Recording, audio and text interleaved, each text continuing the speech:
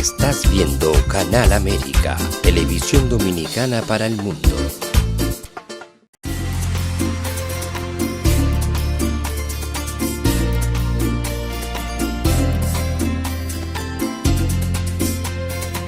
A Time for Truth show is sponsored by the Office of Dr. Bernard Fialkoff, a periodontal, dental implant and laser specialist in New York City, for over 40 years.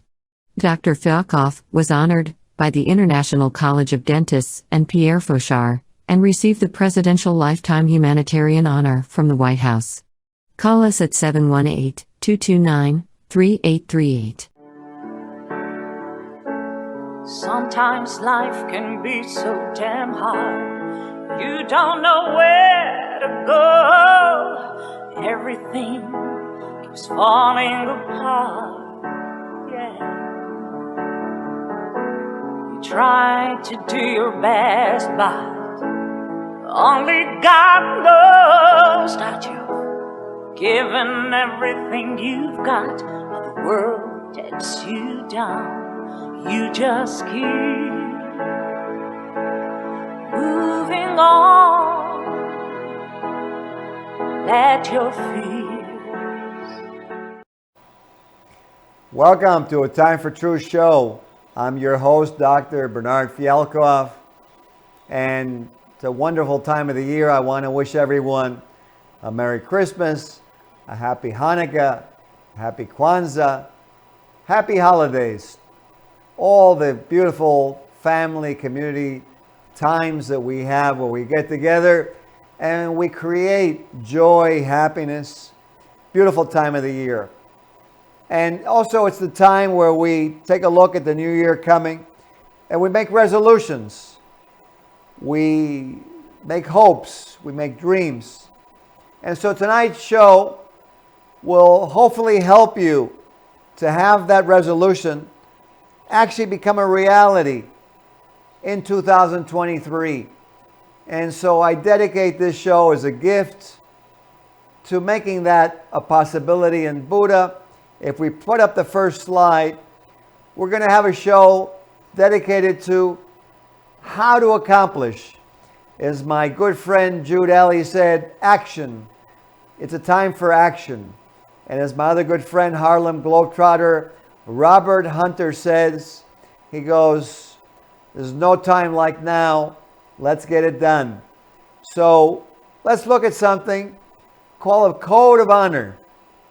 It's an ethical code to live your life by. It's not something that can be regulated and forced or put to you as something that you must do. So the first thing that it does is it gives you back your decision power. It gives you back your feeling of personal integrity. And, you know, it brings it down from a moral code that we've all known for years and sometimes wondered about. And it brings it up to a code that actually fills you with your own personal energy, your positivity, that feeling you get when you do something that's in your heart, the elan, the spirit that's within us all, that releases the endorphins and the dopamines that are normal in our bodies, that make us feel excited, enthusiastic, exhilarated, the natural God-given high that we possess within ourselves, that we hear so often when we say we all have a piece of God inside of us. So this code is something that's self-determined, and it's something that sometimes is difficult to enforce. Life is not easy, and sometimes life brings on situations that are very difficult. And I'm going to bring some excerpts from a very, very, very poignant and good speech talk of Admiral McRaven that he gave. And engineer, I'd like you to put on the second video of Admiral McRaven's talk, and I want to play that before we continue our show today. Go ahead. To pass SEAL training, there are a series of long swims that must be completed. One is the night swim. Before the swim, the instructors joyfully brief the students on all the species of sharks that inhabit the waters off San Clemente. They assure you, however, that no student has ever been eaten by a shark, at least not that they can remember. But you are also taught that if a shark begins to circle your position, stand your ground. Do not swim away. Do not act afraid. And if the shark, hungry for a midnight snack, darts towards you, then summons up all your strength and punch him in the snout, and he will turn and swim away. There are a lot of sharks in the world.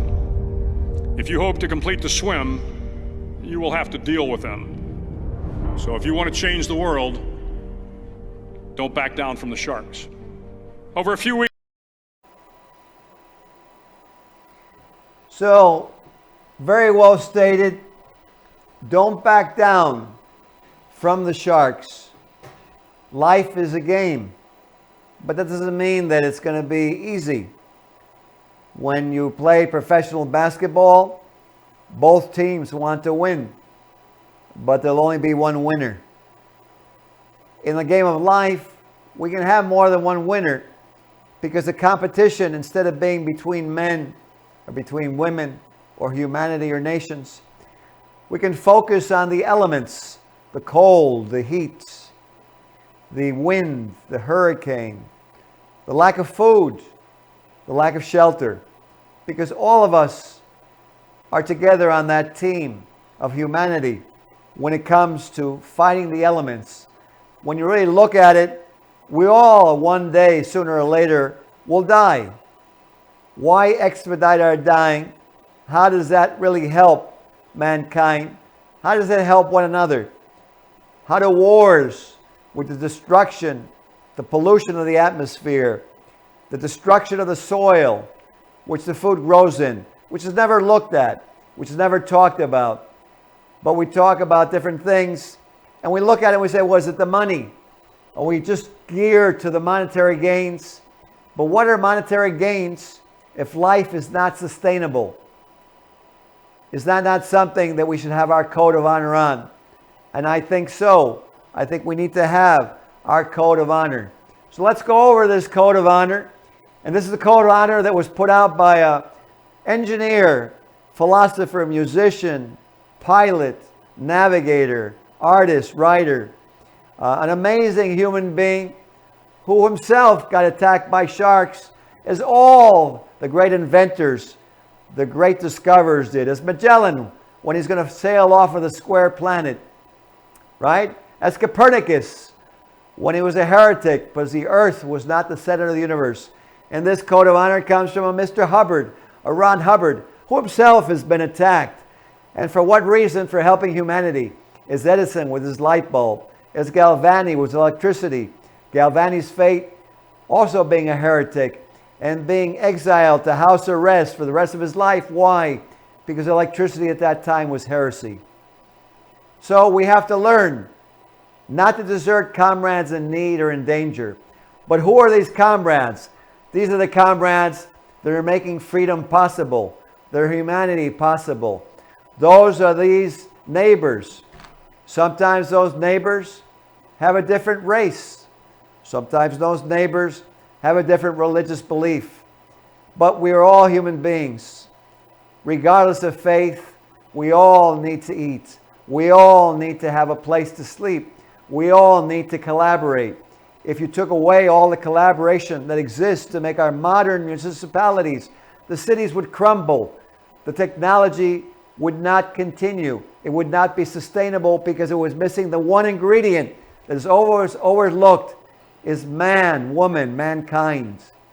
The greatest wealth that this planet actually has and the greatest danger if it's utilized incorrectly.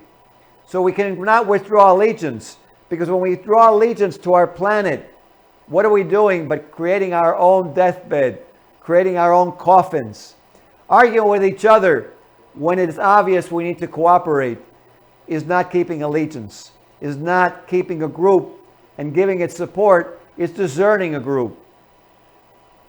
Enslaving others, taking away their rights to be individual entrepreneurs, making tremendous corporations that engulf the others. Do we really want the matrix to become true? We really want at the end of the movie, if one of us is Neo, to find that room with that one man running the entire world and with robots running the world. It seemed like years ago Buck Rogers was something insane or a hallucination or a lunacy, yet we've gone to the moon. We explore the other planets now. So is Buck Rogers a lunacy? Was it a dream? Or is it just looking into the future? We need to look into the future, not just live in the present for monetary gains, for personal desires. We have to create more than personally, more nationally, more internationally, but maintaining our heritages, not destroying the heritage, not disparaging each other, not despairing our individualities. There's no reason to destroy countries to have cooperation. We can have cooperation. Within families, there's arguments, there's conflicts, but the families continue. We need to take a look at these things and realize that certain things in life are simple, but the simplicities are very important. And Buddha, if you get the first video ready, again from Admiral McRaven, I want to give you a simplicity that he gave that's so true, and as a surgeon I've found, and that we'll talk about more after we show this first video from Admiral McRaven. Here we go. If you want to change the world, start off by making your bed. If you make your bed every morning, you will have accomplished the first task of the day. It will give you a small sense of pride, and it will encourage you to do another task, and another, and another. And by the end of the day, that one task completed will have turned into many tasks completed. Making your bed will also reinforce the fact that the little things in life matter. If you can't do the little things right, you'll never be able to do the big things right. And if by chance you have a miserable day, you will come home to a bed that is made, that you made. And a made bed gives you encouragement that tomorrow will be better.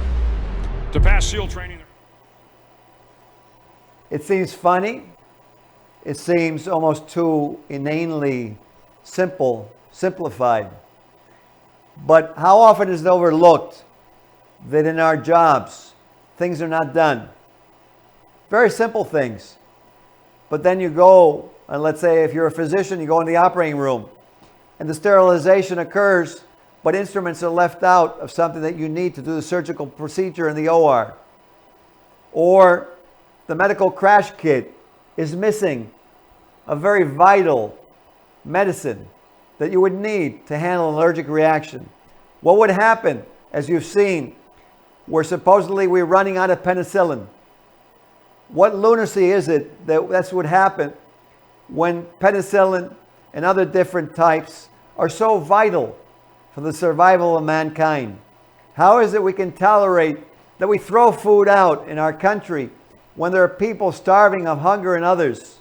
Or we destroy crops when others have no chance of living? Where water is contaminated when we have the means of helping those other people?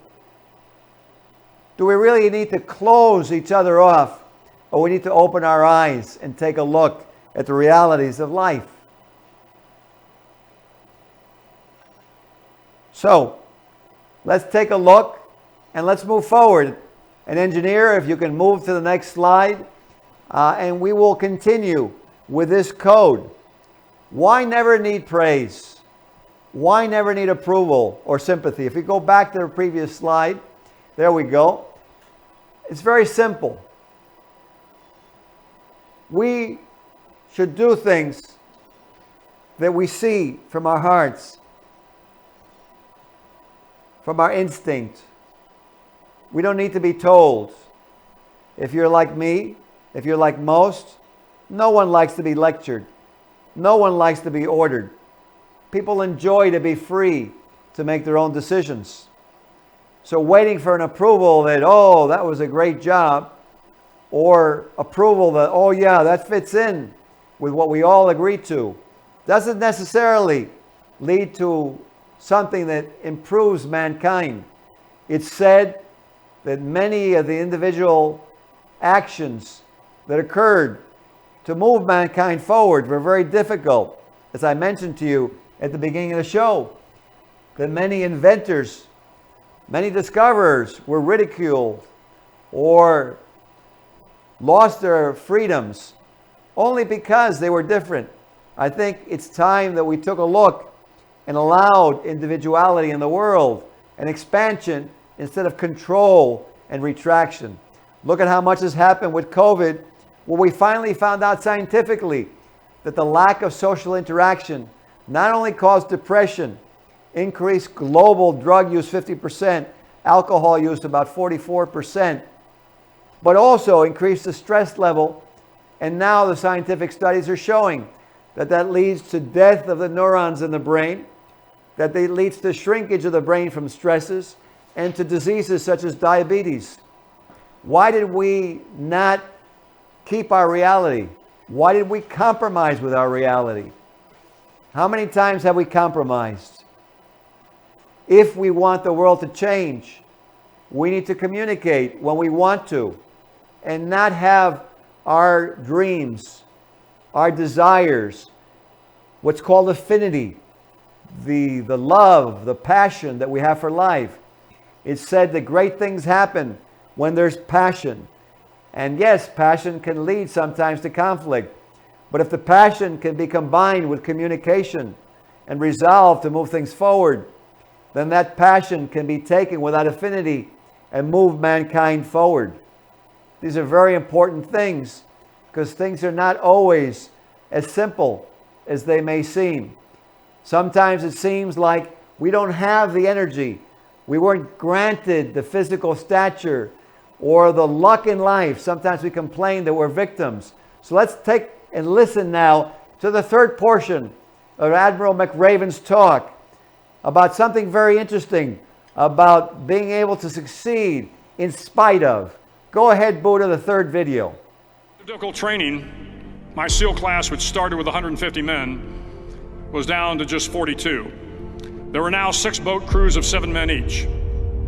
I was in the boat with the tall guys, but the best boat crew we had was made up of the little guys, the Munchkin crew, we called them. No one was over 5'5". The Munchkin boat crew had 1 American Indian, 1 African American, 1 Polish American, 1 Greek American, 1 Italian American, and 2 tough kids from the Midwest. They out-paddled, outran, and outswam all the other boat crews.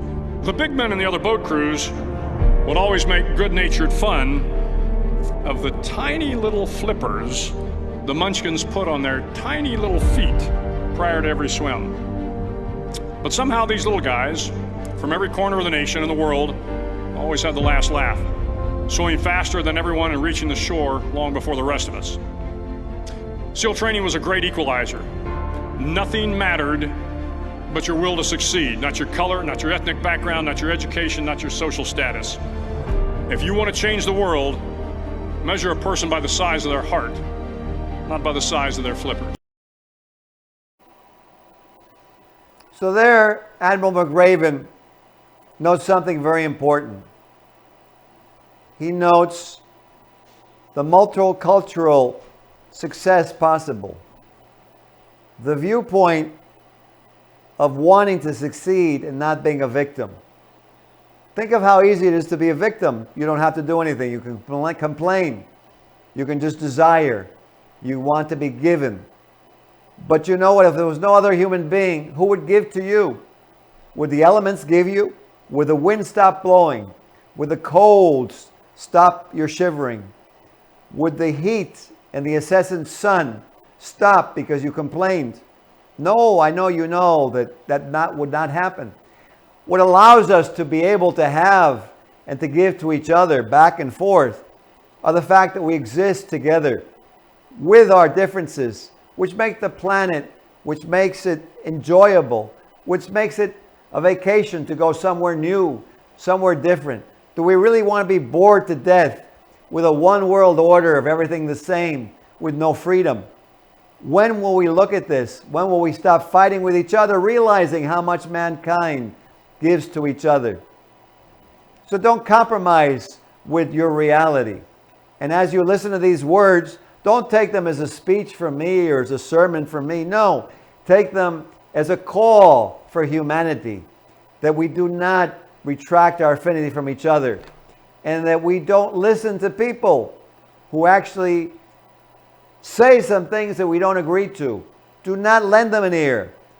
If we retract our communication, if we don't listen to people that don't really desire, who don't really need to get our communications, we'll create change, positive change. Sometimes not communicating is the right thing when we want to resolve, to change something that needs to be resolved.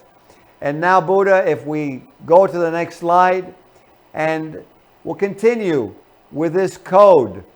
And so let's take a look now. Your decision, your ability to be yourself, to be proud of yourself, your honor. How much is that worth? How many times have you gone against that? And even though you're alive, feel horrible about something that you had wanted to do something about, and you retracted. And you live with that. It says in some circles that a hero dies but once, but a coward dies many times. And death awaits us all. But life is something to be lived. So our integrity is so important, because our integrity is really the energy that drives us in our lives. How many times have you seen somebody retire with vast sums of money, and yet they start becoming physically ill, sick, and die at an early age? And you wonder why that happened, and you can blame it on God, saying he was cruel, or how could that happen, God? But was it really God? Or did they give up on their own integrity, their own dreams, and their own energy, their own elan, and what carried them their whole lives? So yes, it would be easy to say, well, that happened because of this one and that one and yesterday. But what will regretting yesterday do? Would Nelson Mandela regret yesterday? Did Martin Luther King regret yesterday? Robert Kennedy, John Kennedy, Abraham Lincoln, George Washington? How many leaders in the world, if you were able to get them back again, would regret that they changed the world, that they changed their countries, that they created spaces in which man could walk free?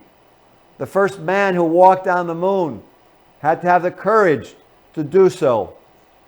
Very, very fear-provoking actual circumstances that it took to get to the moon.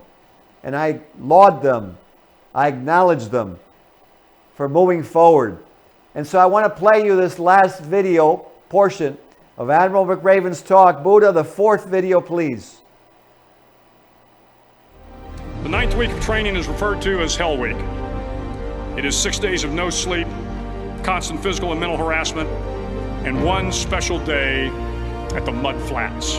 The Mud Flats are an area between San Diego and Tijuana where the water runs off and creates the Tijuana Sloughs, a swampy patch of terrain where the mud will engulf you. It is on Wednesday of Hell Week that you paddle down to the Mud Flats and spend the next 15 hours trying to survive this freezing cold, the howling wind, and the incessant pressure to quit from the instructors.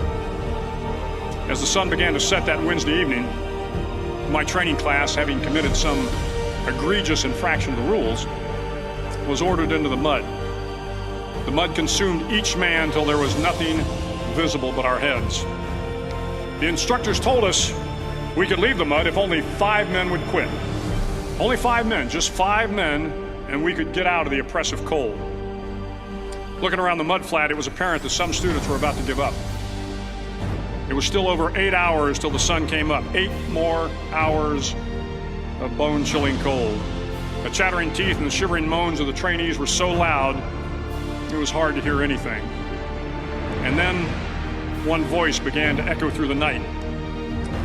One voice raised in song. The song was terribly out of tune, but sung with great enthusiasm. One voice became 2, and 2 became 3, and before long, everyone in the class was singing.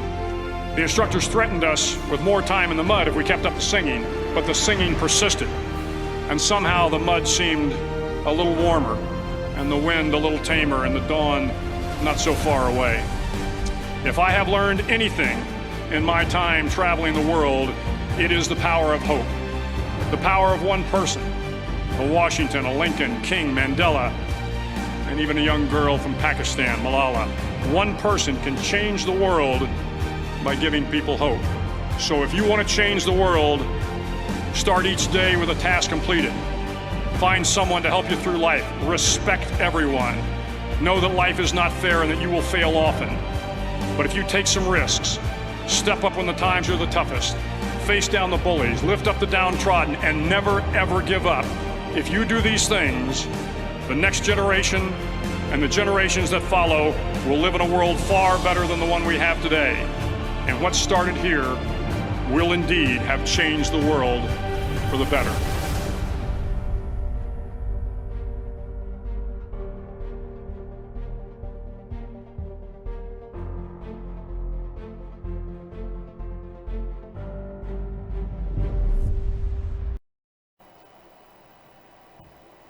Last slide, Buddha. So, as we reach the end of the show, and you hear the Admiral's words reverberating in your ears, be true to your own goals. Let's do, let's act, let's keep our resolve, let's keep our dreams, let's make them a reality. Together, mankind has tremendous energy. Look at all we've created in this world. It's been humanity that's done that. It hasn't been just one man. Even the inventor needed the engineers, needed the workers, needed the truck drivers, needed the resources that were made and shipped by other people, and the food that was cooked, and the families that were raised. We are all a great team. This is not some kind of feel-good movie. It's a reality that needs to be faced. As Admiral McRaven, who obviously did not get to be Admiral by being a simplistic man. But sometimes simplicities, when they're paid attention to, lead to tremendous power and respect from your fellow human beings. Let's respect each other. Let's be true to our goals. Let's be true to our families. Let's create freedom for all. Let's stop this incessant war and insanity. Let's do what's in our hearts that every one of us knows. Let's communicate and move forward. I hope that this holiday gift, this show, this call to action gives you the tools, and that in 2023 we can create that world that we've all dreamed of for so long. Happy holidays. Have a great 2023. We'll see you on our next episode of A Time for Truth show. Good night. This show was sponsored by A Time for Truth Foundation Incorporated as a community service. Sometimes life can be so damn hard. You don't know where to go. Everything keeps falling apart. Yeah. You try to do your best, but only God knows that you've given everything you've got, but the world takes you down. You just keep moving on. Let your feet